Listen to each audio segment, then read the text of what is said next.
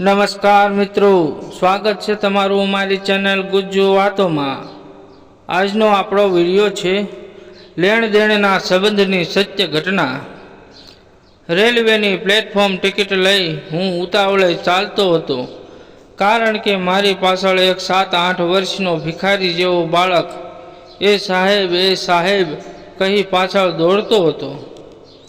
હું મારી સ્પીડ વધારતો જતો હતો તેમ તે બાળક પણ "ઓ સાહેબ, ઊભા તો રહો" કહી બૂમ પાડે જતો હતો। મનમાં ખીજાતો ગાળો આપતો હતો। આ ભિખારીની જાત એકને આપો તો 10 પાછળ પડે। હું થાકીને ઊભો રહી ગયો અને જોરથી બોલ્યો, "ચલ, અહીંથી જાવું છે કે પોલીસને બોલાવું? ક્યારનો સાહેબ સાહેબ કરે છે। લે આ 10 રૂપિયા, હવે જતો રહેજે." મેં પોકેટમાંથી પાકીટ કાઢી 10 રૂપિયાની નોટ કાઢવા પ્રયત્ન કર્યો। પાકીટ ગાયબ। હું તો મૂંઝાઈ ગયો।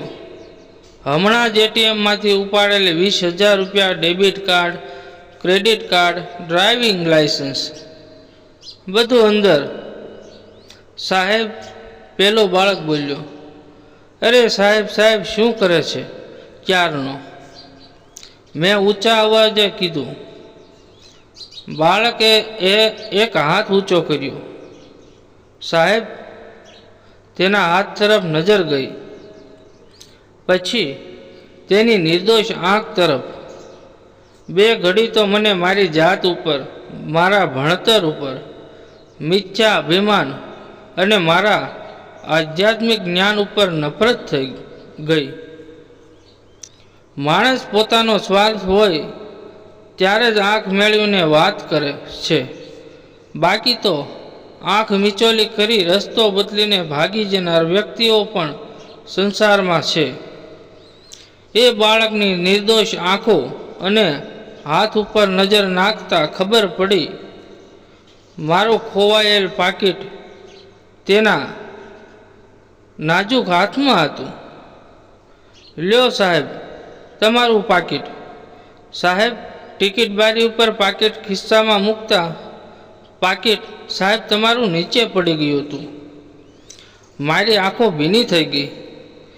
રેલવે સ્ટેશન ઉપર ગોઠણ ઉપર બેસી એ બાળકના માથે હાથ ફેરવ્યો।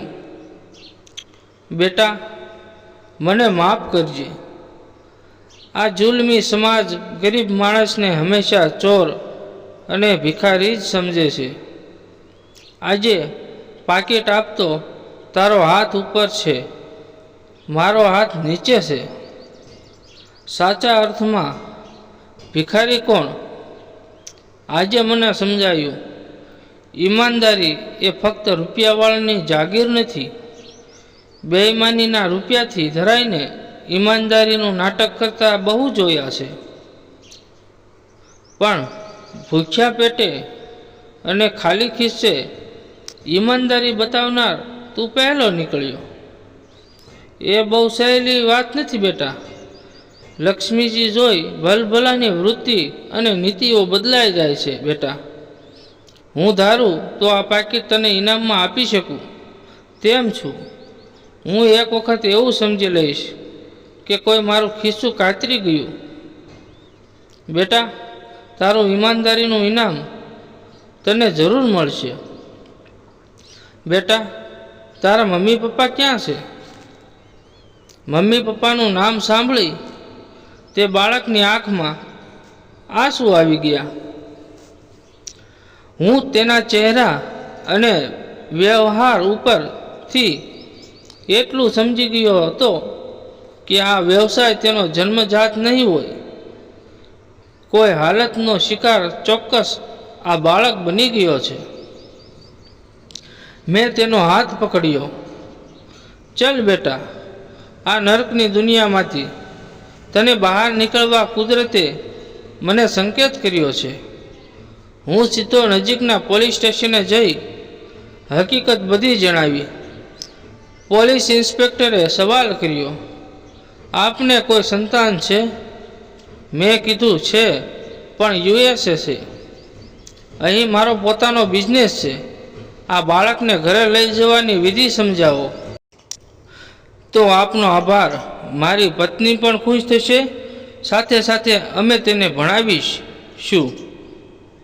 એક તંદુરસ્ત સમાજનો હિસ્સો બનાવીશું. અમે કોઈ મંદિર કે આશ્રમમાં રૂપિયા કદી આપ્યા નથી.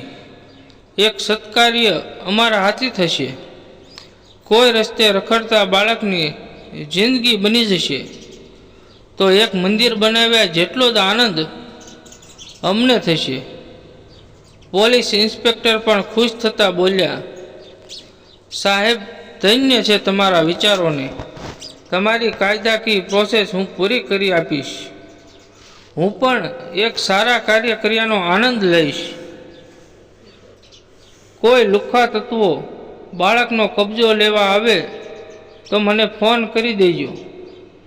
આજે આ બાળક ભણી ગણીને સરકારની ટોપ કેડરની આઈપીએસની કક્ષાની પરીક્ષા પાસ કરી મને પગે લાગી રહ્યો છે. દોસ્તો, કોઈ જન્મજાત ભિખારી, ચોર કે ડોન નથી હોતું. સંજોગો, અન્યાયનો શિકાર બનેલા લોકો કોઈ વખત રસ્તો ભટકી જાય છે. તેને હાથ પકડી ફરીથી સંસ્કારી સમાજ વચ્ચે મૂકવાની જવાબદારી સમાજ અને સરકારની છે. મેં કહ્યું, બેટા, હું સમજું છું તારા મા બાપ આજે હાજર હોત તો ખૂબ ખુશ થાત, પણ અમે ખુશ છીએ તારા અકલ્પીય પ્રોગ્રેસથી. બેટા, અહીં મારા એક પાકીટનું ઇનામ પૂરું થાય છે તેવું સમજી લેજે. એ બાળકનું નામ અમે સંજય રાખેલ અને એ એટલું જ બોલ્યો, તમે મને કોઈ વાતની કમી રહેવા નથી દીધી. મેં નથી ભગવાનને જોયા કે નથી મારા મા બાપને. મારા માટે આપ જ સર્વ છો. તમારું ઇનામ પૂરું થાય છે ત્યાંથી મારી ફરજ ચાલુ થાય છે. પહેલાં તમે જ્યાં જતા ત્યાં હું આવતો.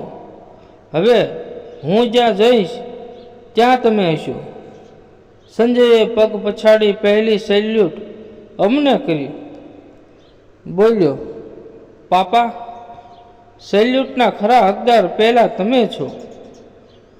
આવા જ મિત્રો જાણવા લાયક અને નવા નવા વિડીયો જોવા માટે અમારી ચેનલ ગુજ્જુ વાતોને આજે જ લાઈક, શેર અને સબસ્ક્રાઈબ કરવાનું ભૂલતા નહીં. જય શ્રી કૃષ્ણ. રાધે રાધે.